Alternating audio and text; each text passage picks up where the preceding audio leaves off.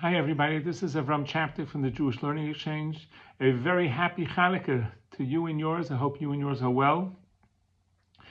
This week's Torah portion is Parshat Miketz, and in it we're going to discuss the difference between Pharaoh's response to the dreams that he had as opposed to Yaakov and Yosef. Yaakov, when he had a dream, he realized that it's a very holy place that he's in, and he had a revelation from God, and he was inspired by that. Yosef had his dreams, and he realized that there's a potential, this is prophecy, and he actually, in this week's portion, tries to make the dreams come true by having Binyamin come down, so that the first dream with the 11 bushels of wheat bowing down to him would come true.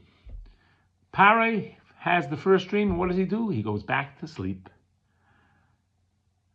So, unfortunately, many of you are going to be disappointed. We're not going to be talking about dreams, because really, our sages tell us that the vast majority of dreams that we have are just related to things that we're going through during the day, and we think about them at night, and they don't have any deep mystical significance. And I'm sorry, disappointed, but the point, though, of what I'd like to discuss with you today is related to the issue of when inspiration hits, what's our reaction?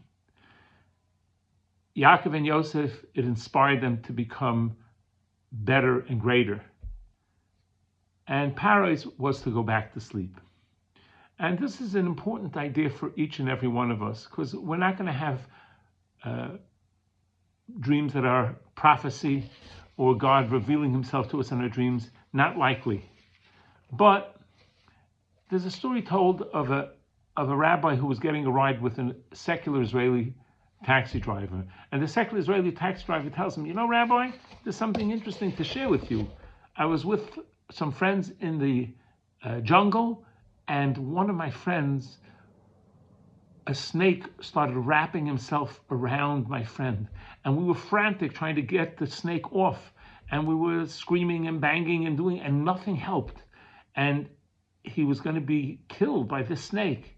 And finally, the secular Israeli man who the snake was around just said the only prayer he knew. He said, Shema Yisrael Hashem Elokeinu Hashem Echad, Hear, Israel, God is one. And at that moment, the snake unraveled itself and slithered away. And the Israeli taxi driver told the rabbi, and my friend became religious after that. And the rabbi asked him, what about you? And he looks, what do you mean, what about me? It didn't happen to me, it happened to him. And the mistake that sweet Israeli taxi driver was making is, you saw something very inspiring. That wasn't just for the man it happened to, it's for you too. And be inspired and do something dramatic about it. There's an organization called TED Talks, TED, it stands for Technology, Entertainment, and Design. And millions of people have heard TED Talks around the world, both live and online. People pay thousands of dollars to hear the talks. And many of them are inspiring and fascinating. But what they found is that the vast majority of people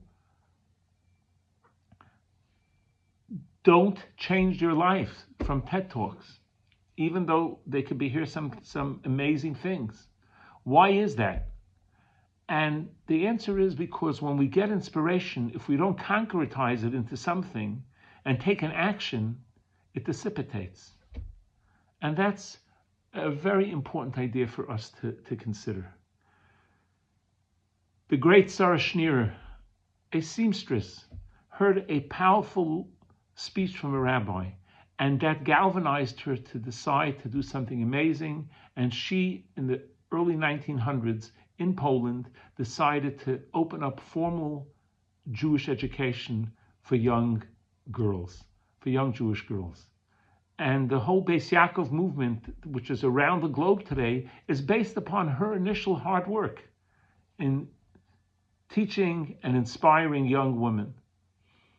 And she could have just heard the speech and said, wow, that was interesting, and gone on with her life, but she didn't.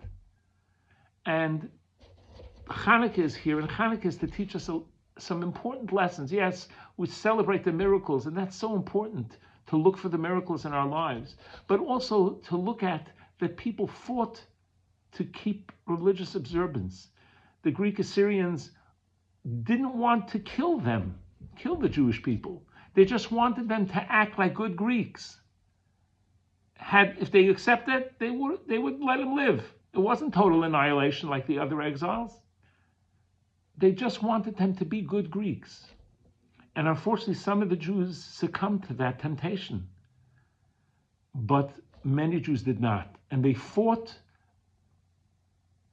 what looked like would be a losing battle. But they fought so that they should have the right to keep on observing Torah and mitzvahs. So that should be inspiring for us. And we should light the candles, of course, to commemorate the miracles. But it's not just about what happened then, it's what's happening today. What can we do to be inspired? I read an article about a man who's still a hostage in Gaza, and he started keeping Shabbos because he realized there's more to life.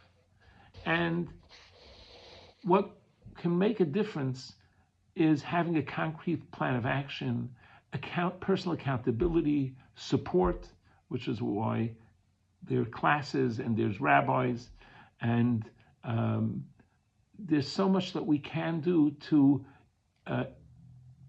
not only just be inspired, but sustain it by implementing the changes in our life. May we be inspired by Chanukah, inspired by the miracles in our lives, inspired by Torah we learn and lectures that we hear, and people whose role model is special for us, that we should be inspired to not just go wowee and then switch channels, but go wowee and implement it, concretize it into some action, so that in fact we should live inspired lives and inspire ourselves, inspire others, and keep on praying and hoping the hostages come home soon and God protects the Jewish people wherever they may be. Have a wonderful rest of Hanukkah and a great Shabbos. All the best.